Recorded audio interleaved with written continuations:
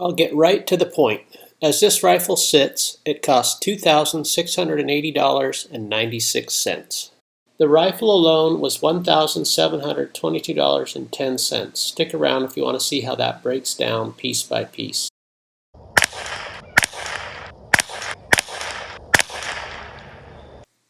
It started as a CZ457 varmint, and 2 years ago I paid $638.08 for it.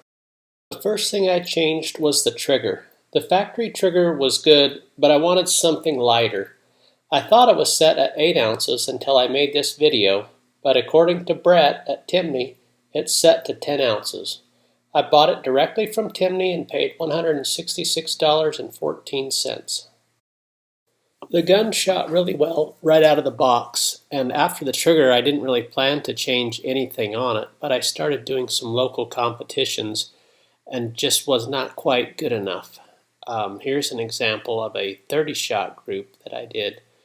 This gun was shooting really well, but I took it out of the stock to put in the new trigger, and it seemed like it was not shooting quite as good after that, and I didn't know why. First I thought maybe I had the torque spec wrong, so I messed with that for a little bit, and then finally it's that if you're familiar with how these fit in the stock, there's this tiny little piece, I'll get a picture of it, but it sits at the back in this little slot, and it seemed like it was very specific on how that was oriented.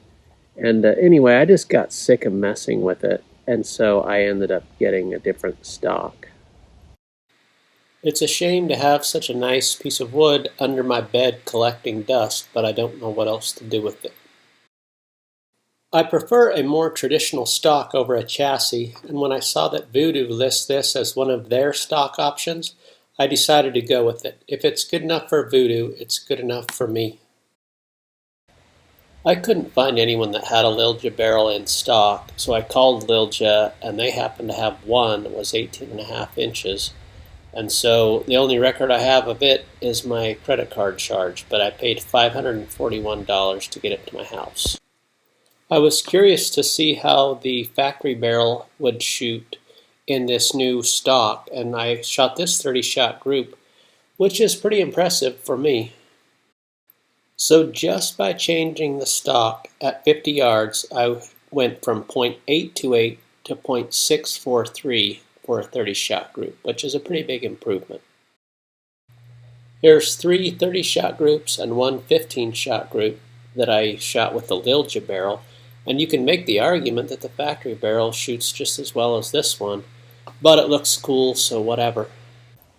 I have $1,722.10 into this rifle. That's not counting the scope, scope mounts, or bipod. I have shot against a Voodoo and a full custom build by Desert Precision Gunworks.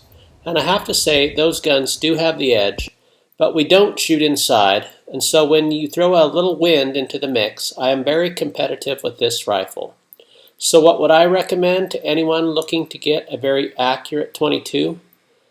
I would say spend just a little more than you can afford because you deserve it, and it will give your kids something nice to sell at your estate sale.